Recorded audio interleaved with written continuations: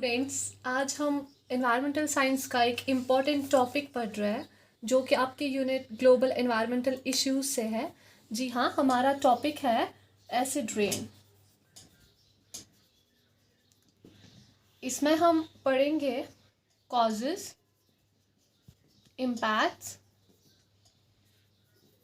और कंट्रोल, कैसे हम एसिड रेन का करते हैं। एसिड रेन के कॉजेस क्या है, इसके इम्पैक्ट्स क्या है एनवायरनमेंट पे, और फिर हम इसका कंट्रोल कैसे करते हैं। जी हाँ, तो टॉपिक स्टार्ट करने से पहले मैं आपको बताना चाहूँगी, आप हमारी चैनल लाइक, कमेंट और सब्सक्राइब करें। हमारी चैनल का नाम नीचे आएगा, मीर्स फ्री एकेडमी।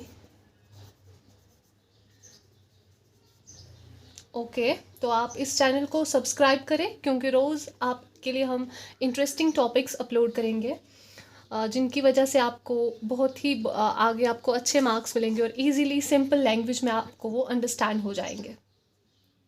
सबसे पहले हम देखते हैं एसिड रेन होता क्या है। Acid rain, as the name indicates acid, it means it is slightly acidic than normal rainwater।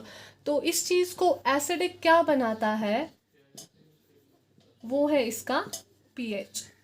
इसका जो pH है वो 5.6 होता है। Why? It is due to dissolved carbon dioxide, dissolve CO2 जो इसमें होता है, उसकी वजह से इसका जो pH है वो 5.6 होता है। Sorry for this. या तो pH का मैं आपको थोड़ा सा कॉन्सेप्ट देना चाहूँगी। ये जो स्केल होता है, it's neutral, it's acidic and it is basic. यहाँ पर अगर ज़ीरो पे आपका यहाँ पर आपका अगर 7 पे आता है pH, अगर आपका 7 है तो ये न्यूट्रल है, और as it goes on decreasing तो इसका मतलब ये एसिडिक है, and as it goes on increasing up to 14 यहाँ पर ये आपका बेसिक है। ठीक है, यानी एल्कलाइन। तो ये थोड़ा pH स्केल का कॉन्सेप्ट है। तो जो एसिडिक जो एसिड रेन है उसका जो pH है that is not neutral, that is slightly acidic, that is 5.6। तो इसका जो pH है 5.6 होने की वजह से ये इसका जो नेचर होता है वो इसका एसिडिक है। तो जो इसकी डेफिनेशन है, जो कि टर्म है एसिड रेन, वो दी थी रॉबर्ट एंगस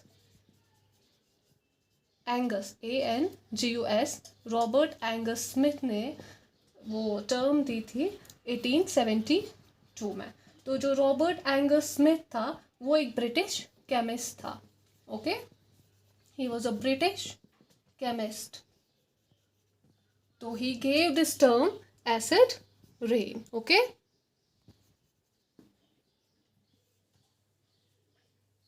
तो इसके बाद हम देखते हैं जो एसिड रेन है ये बनता किस वजह से है। एज हमें पढ़ना है कि इसके कॉजेज़ क्या है, दैट मीन्स एसिड रेन बनता कैसे है। हम देखते हैं नॉर्मल रेन जो है, जो भी प्रेसिपिटेशन होता है in the form of rain, snow, fine, precipitation के जो भी फॉर्म्स है, रेन है, स्नो है, हेल है वगैरह।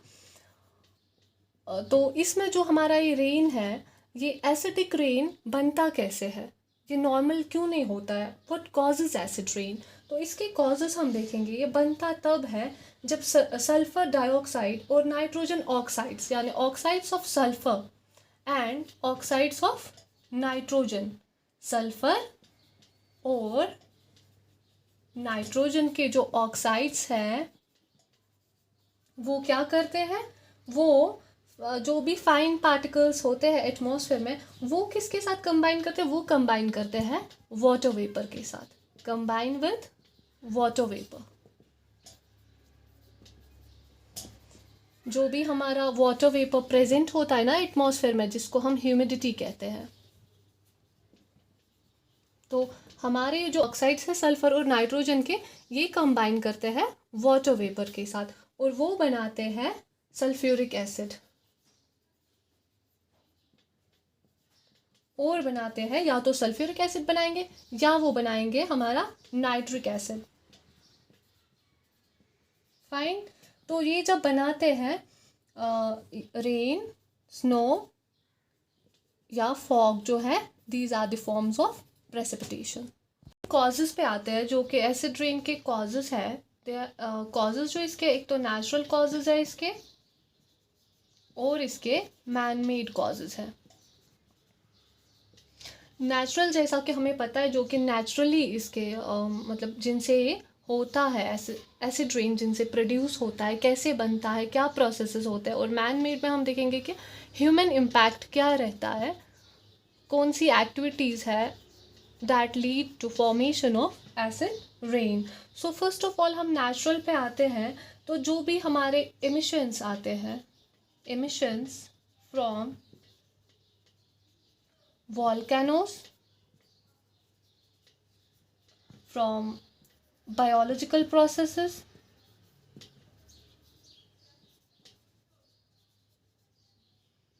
कोई भी बायोलॉजिकल प्रोसेस, ये लैंड पे हो सकता है, ये वेटलैंड्स पे हो सकता है, ये ओशंस में हो सकता है।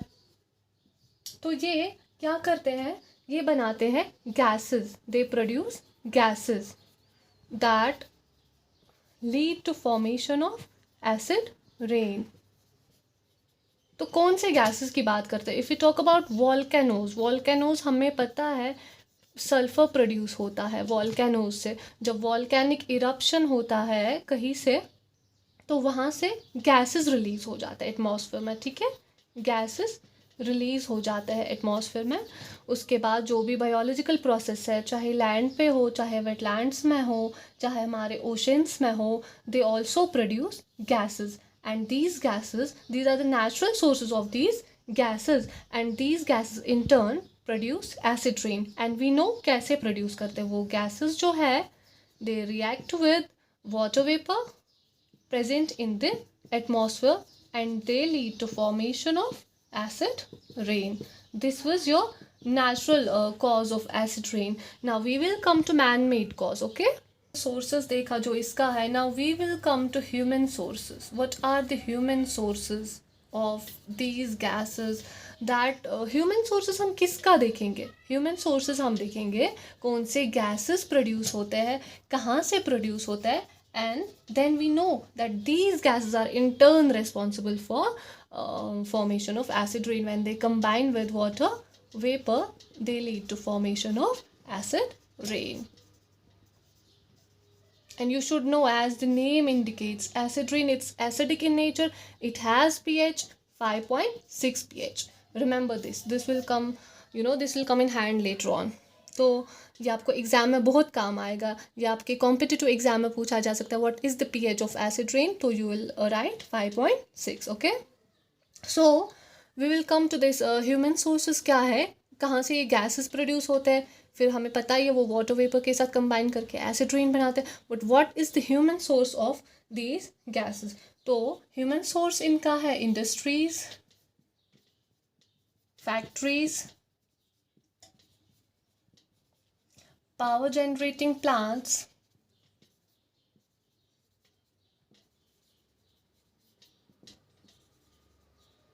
व्हीकल्स। तो industries, factories, power generating plants and vehicles, ये जो है ये सब ह्यूमन सोर्सेज है जहाँ से हमारे गैस जो है प्रोड्यूस हो जाता है। कौन से गैस की बात करते हैं हम? We will talk about sulphur dioxide, we will talk about oxides of nitrogen. और ये कब रिलीज होते हैं? ये वाले गैस हमें रिलीज होते हैं when we burn fossil fuels, burning of fossil fuels. हमारे जो भी फॉसिल फ्यूल्स है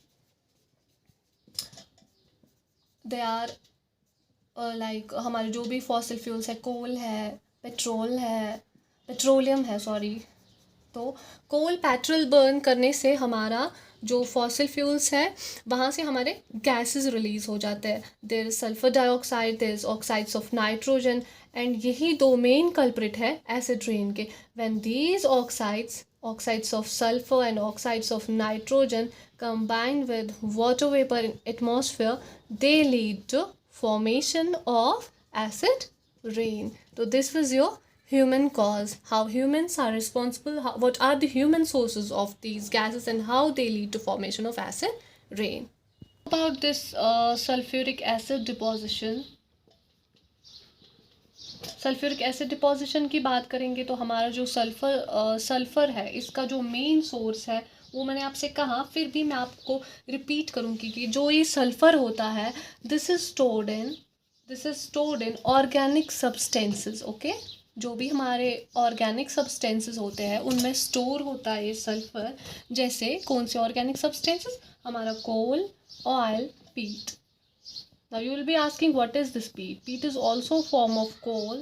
This is one of the forms of coal. कोल के 4 फॉर्म्स है: एंथ्रेसाइट, बिट्यूमिनस, पीट एंड लिग्नाइट. तो हम कोल के जो ग्रेड्स है, 4 ग्रेड्स है, ये हमने डिवाइड किए हैं on the basis of their calorific value and on the basis of their quality, high grade, low grade, कौन सा हमें ज़्यादा एनर्जी देता है, कौन सा हमें कम एनर्जी देता है. तो ये जो पीट है, this is also form of coal. तो इनमें स्टोर होता है हमारा सल्फ़र. उसके बाद जो सल्फ़र डाइऑक्साइड का और एक सोर्स है वो है पावर प्लांट्स. क्यों? अब आप बताएंगे, अब आप पूछेंगे क्यों है power plants? Because power plants they rely on coal and oil products. They use these products. So that's how it is released. Then automobile exhaust. हमारी जो भी गाड़ियाँ हैं, automobile exhaust, they also contribute to sulfur dioxide in the atmosphere, which is later on converted into sulfuric acid. And it's also one of the most important cause of this acid rain. Okay, then comes our nitric acid deposition. What is the human source of nitrogen? ये जो oxides of nitrogen है, ये जो nitrogen है, ये आता कहाँ से है? वी ऑल्सो नो कि सल्फर की तरह इन अ सिमिलर वे, जैसे सल्फर रिएक्ट करता है, नाइट्रोजन भी रिएक्ट करता है. But what is the source of nitrogen? You should know that nitrogen exists in several different forms. Okay, and it is essential element to plants and animals. Nitrogen is essential. Okay, plants and animals की growth के लिए. तो nitrogen तब pollutant बनता है जब ये exist करेगा हाई कॉन्सेंट्रेशन में. तो जब ये जब इसकी कॉन्सेंट्रेशन हाई हो जाएगी, तब ये हमारे इकोसिस्टम के लिए, हमारे एनवायरनमेंट के लिए अच्छा नहीं है, और ये हमारे इकोसिस्टम को डैमेज कर सकता है. जैसे एक्सेसिव न्यूट्रिएंट एनरिचमेंट होता है, यूट्रोफिकेशन होता है, हमारे वाटर बॉडीज़ में यूट्रोफिकेशन होता है, ज़्यादा ऑर्गेनिक लोड हो जाता है, ज़्यादा नाइट्रोजन प्रेजेंट होता है, तो यूट्रोफिकेशन हो जाता है, वाटर बॉडीज़ में एल्गल ब्लूम्स बन जाता है. उसके बाद क्या हो जाता है, नाइट्रोजन जो है इन फॉर्म ऑफ NO2 बहुत ही रिएक्टिव, ये एक बहुत it's very reactive form of nitrogen. Atmosphere की अगर हम बात करेंगे तो ये बहुत ही रिएक्टिव फॉर्म है NO2, और ये बहुत जल्दी रिएक्ट करता है, और रिएक्ट करने के बाद it turns into nitric acid. ये नाइट्रिक एसिड बन जाता है, जो कि की कॉन्ट्रीब्यूटर है, जो कि एक अहम कॉन्ट्रीब्यूटर है, जो कि कॉन्ट्रीब्यूट करता है acid rain formation. Fine, because it is not stable, it is very reactive, and it forms nitric acid which contributes towards acid rain formation. Causes तो देखे हमने, एसिड रेन फॉर्मेशन के कॉजेज़ देखे, किस तरह से हमारे जो सल्फ़र और नाइट्रोजन है, किस तरह से वो फॉर्म करते हैं acid rain. Now we will come to impacts. जो इम्पैक्ट्स रहते हैं एसिड रेन के, किस पे रहते हैं इम्पैक्ट्स, कैसे रहते हैं इम्पैक्ट्स, वो हम देखेंगे. तो सबसे पहला जो इसका इम्पैक्ट है, जब एसिड रेन बनता है उसके बाद जब ये मतलब गिरता है, तो ये हार्मफुल है एक्वाटिक लाइफ के लिए. It's harmful to aquatic life, you know. when it falls in form of precipitation, acid rain, तो ये जब वाटर बॉडीज़ में जाता है, वहाँ पर ये एक्वाटिक लाइफ को बहुत अफेक्ट करता है. कैसे अफेक्ट करता है? वहाँ की जो वाटर बॉडीज़ है, ये इंक्रीज़ करता है इनकी एसिडिटी. उसके बाद क्या हो जाता है, जब एसिडिटी इंक्रीज हो जाती है एक वाटर बॉडी की, जो नॉर्मल बैलेंस, जो वहाँ पे नॉर्मली इकोसिस्टम फंक्शन कर रहा होता है, वो वहाँ का थोड़ा डिस्टर्ब हो जाता है। और उसकी वजह से क्या होता है, बहुत सारे ऑर्गेनिज्म, जैसे हम फिश की बात करेंगे तो उनके जो एग्स है they stop hatching. Eggs hatch होना पूरी तरह से वो डिस्टर्ब करते हैं, वहाँ का जो इकोसिस्टम है उसको डिस्टर्ब करते हैं। उसके बाद जो उनके वहाँ के पॉपुलेशन रेशियोज़ है वो अफेक्ट हो जाते हैं। और उसके बाद जो वहाँ का ओवरऑल इकोसिस्टम है वो अफेक्ट हो जाता है। ठीक, उसके बाद क्या होता है, ये हमारा एक इम्पैक्ट था उसका। दूसरा जो इम्पोर्टेंट इम्पैक्ट है इसका वो ये है कि ये डायरेक्टली डैमेज करता है सरफेस मटेरियल्स को। डायरेक्ट डैमेज करता है ये सरफेस मटेरियल्स को,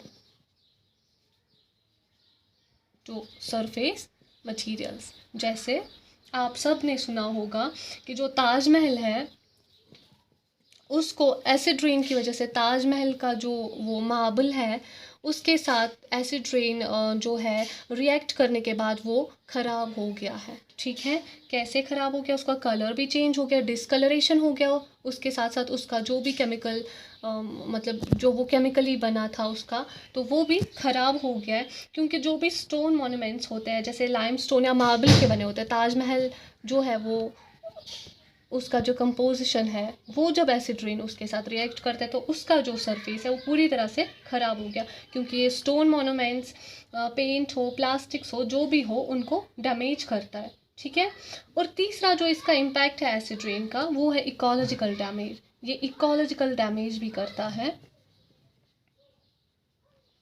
जैसे हमने देखा कि ये वाटर बॉडीज़ को अफेक्ट करता है, लेकिन वाटर बॉडीज़ के साथ साथ ये हमारे सॉइल न्यूट्रिएंट कैपेसिटी को भी ख़त्म करता है। ये हमारी सॉइल को भी, सॉइल का जो सॉइल न्यूट्रिएंट कैपेसिटी होता है, क्योंकि वहाँ पे जो न्यूट्रिएंट वैल्यू होता है वो डिक्रीज़ हो जाता है और प्लांट्स को सही तरीके से न्यूट्रिएंट्स नहीं, ऐसा नहीं कि एसिड रेन वाटर बॉडीज़ में जाता है तो वहाँ पे ये सॉइल में भी जाता है। वहाँ का जो सॉइल का अपना बायोटा होता है, सॉइल का जो अपना बायोटा होता है उसको अफेक्ट करता है और उस वजह से वहाँ का जो सारा चेन होता है एक, वो ख़राब हो जाता है। ठीक है, ट्रेन है ये सॉइल में क्या करता है, न्यूट्रिएंट लीचिंग करता है ना। What is nutrient leaching? Leaching is downward, किसी भी चीज़ का डाउनवर्ड मूवमेंट होना, यानी जो न्यूट्रिएंट्स, अहम न्यूट्रिएंट्स होते हैं सॉइल में, जो प्लांट्स के लिए बहुत ही ज़रूरी होते हैं, वो लीच डाउन हो जाते हैं, नीचे वाली लेयर्स में चले जाते हैं और उस वजह से प्लांट्स को जो है उनको न्यूट्रिएंट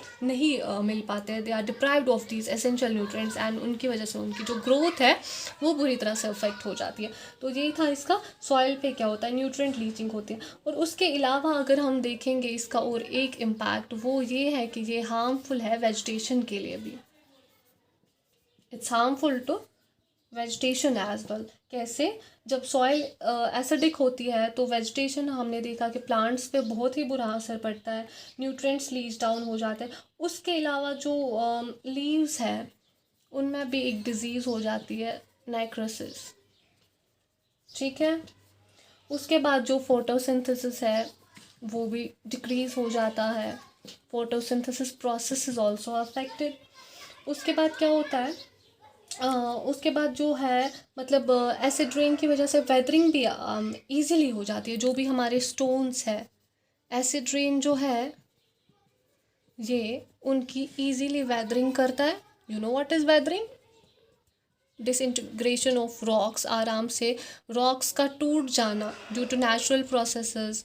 तो ये जो रॉक्स है ब्रेक होते हैं इनटू स्मॉलर पार्टिकल्स। तो स्टोन्स जो है एसिड रेन की वजह से उनकी वेदरिंग हो जाती है। तो ये थे इसके कुछ इफ़ेक्ट्स। और एक और इफ़ेक्ट मैं बताऊंगी जो कि ह्यूमन हेल्थ पे इसका इफ़ेक्ट है। ह्यूमन हेल्थ में क्या करता है एसिड रेन? ह्यूमन हेल्थ में ये रेस्पिरेटरी प्रॉब्लम्स करता है, जैसे एज़मा होता है, ड्राई कफ हो जाती है, हेडेक हो जाता है या इरिटेशन होती है। जो लोग जिनके रेस्पिरेटरी एलिमेंट्स होते हैं, जिन लोगों के रेस्पिरेटरी एलिमेंट्स होते हैं उनको ये अफेक्ट करता है एसिड रेन। उसके बाद ये जैसे या ब्रेन डैमेज, किडनी प्रॉब्लम्स, ऐसे लॉन्ग टर्म इफ़ेक्ट्स हो जाते हैं। अल्जाइमर्स डिजीज़ होती है, वो भी इसी वजह से होती है। अगर हम ये टॉक्सिक प्लांट्स खाएंगे जिन्होंने ये एसिड रेन एब्जॉर्ब किया होता है। अगर हम वो खाएंगे तो इनके खाने से क्या होता है, इनके खाने से हमारे जो रेस्पिरेटरी एलिमेंट्स होते हैं वो बढ़ जाते हैं, वो इंक्रीज़ हो जाते हैं। ह्यूमन हेल्थ पे भी इसका इम्पैक्ट है, स्टोन्स पे भी वेदरिंग हो जाती है, वेजिटेशन पे भी इसका इम्पैक्ट है, सॉइल पे भी इसका इम्पैक्ट है, वाटर बॉडीज़ पे भी इम्पैक्ट था। तो ये थे एसिड रेन के कुछ इम्पैक्ट्स। एक छोटा सा ब्रीफ जिस्ट मैं आपको बताऊंगी इसके जो इम्पैक्ट्स है। हमारे वाटर बॉडीज़ पे है, हमारी सॉइल पे है, वेजिटेशन पे है, स्टोन्स पे है, ह्यूमन हेल्थ पे है। तो ये कुछ अहम इसके इम्पैक्ट्स हैं, ये आप अच्छी तरह से याद रखेंगे, एग्ज़ाम में आपको बहुत काम आएंगे। कि एसिड रेन का जो कंट्रोल है, हम कैसे कंट्रोल करेंगे इसका। अभी आपने देखा कि एसिड रेन की जो कॉजेज़ है that is due to sulphur and nitrogen के ऑक्साइड्स। ठीक है, इनके ऑक्साइड्स जब मिलते हैं तभी एसिड रेन बनता है। तो उसके इम्पैक्ट्स क्या रहते हैं प्लांट्स पे, सॉइल पे, वाटर बॉडीज़ पे, ह्यूमंस पे, वो हमने इम्पैक्ट्स देखे। तो अब अगर हम कंट्रोल की बात करेंगे तो आप सबको अभी तक ये समझ तो आया होगा कि कंट्रोल जो है, कंट्रोल हमें इमिशंस ऑफ सल्फ़र और नाइट्रोजन में करना है। जब हम इन दो का कंट्रोल करेंगे, जो भी हमारे इमिशंस होते हैं, नेचुरली तो नहीं कर सकते कंट्रोल, बट जो भी हमारे ह्यूमन इमिशंस है, ह्यूमन सोर्सेज है that are responsible for emissions of this sulphur and nitrogen, अगर हम वहाँ पे कंट्रोल करेंगे तो जो हमारा एसिड रेन है ये भी बहुत हद तक कंट्रोल हो सकता है। तो what are some of the preventive measures, I will be talking about some of the preventive measures that help in prevention of acid rain. तो what we have to do, we have to reduce amount of sulphur dioxide, हमें sulphur dioxide को कम करना है, और oxides of nitrogen जो है वो हमें डिक्रीज़ करने, we have to reduce the amount जो भी रिलीज़ होता है एटमॉस्फेयर में, वो हमें रिड्यूस करना है। और कैसे रिड्यूस करेंगे हम, we have to use less energy, we have to use less energy, that is we have to we don't have to rely fossil fuels पे। फॉसिल फ्यूल्स का हमें बहुत कम यूज़ करना है, क्योंकि फॉसिल फ्यूल्स की बर्निंग से ही हमने देखा ये रिलीज़ हो जाता है। उसके बाद जो हमारे ऑक्साइड्स ऑफ नाइट्रोजन और सल्फ़र है, हमें उनको रिमूव करना है। अगर हम कोल जो है, कोल में सल्फ़र प्रेजेंट होता है, ठीक है, अगर हम उसको डीसल्फराइज करेंगे उस वजह से क्या होगा, उसका जो सल्फ़र है वो रिलीज़ नहीं होगा हमारे एटमॉस्फेयर में, और जब सल्फ़र ही रिलीज़ नहीं होगा तो एसिड रेन बनने के चांसेस बहुत कम है। उसके बाद हम क्लीनर फ्यूल्स यूज़ कर सकते हैं, we can use cleaner fuels. अगर हम what is meant by cleaner fuels, वो क्या डर्टी फ्यूल्स होते हैं, no, what is cleaner fuels, this is something that is clean to environment, जो एनवायरनमेंट को बिल्कुल भी मतलब एनवायरनमेंट पे इसका ज़्यादा इफ़ेक्ट ना हो, जो कि क्लीन हो, सेफ़ हो एनवायरनमेंट के लिए, okay, that is safe for environment. तो वो है कोल जिसमें कम सल्फ़र होगा, वो हम यूज़ कर सकते हैं। Good quality of coal, we can preventive measures में हमें नेचुरल गैस कम यूज़ करना है।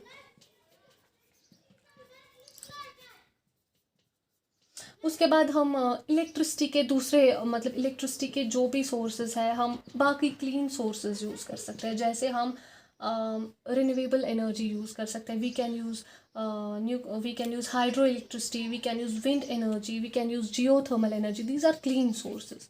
जो मैंने अभी आपको क्लीन का कहा ना, what is clean of fuels, that is this wind energy, that is hydro energy, we can rely on hydro electricity. अगर हम हाइड्रो इलेक्ट्रिसिटी बहुत ही क्लीन सोर्स ऑफ एनर्जी है। तो उसके बाद हम सोलर एनर्जी एक और है, ठीक है। अगर हम रिन्यूएबल सोर्सेज की बात करेंगे, wind energy, hydro electricity, solar energy, biomass है, जियोथर्मल है, ये हमारे सारे रिन्यूएबल एनर्जी सोर्स है, और ये बहुत ही क्लीन है, they are clean, safe for environment और safe for human, safe for environment और ह्यूमन यूज़ के लिए भी ये बहुत अच्छा है। And if we rely on these, हमारा एनवायरनमेंट भी सेफ़ रहेगा और हम भी सेफ़ रहेंगे। तो ये था आज का टॉपिक। आप अपने जो भी व्यूज़ है, जो भी कमेंट्स है, आप कमेंट्स में ज़रूर ड्रॉप कीजिएगा, and I'll make sure to answer you all. I hope you understand this, okay? So give your feedback. Thank you. See you in next lecture.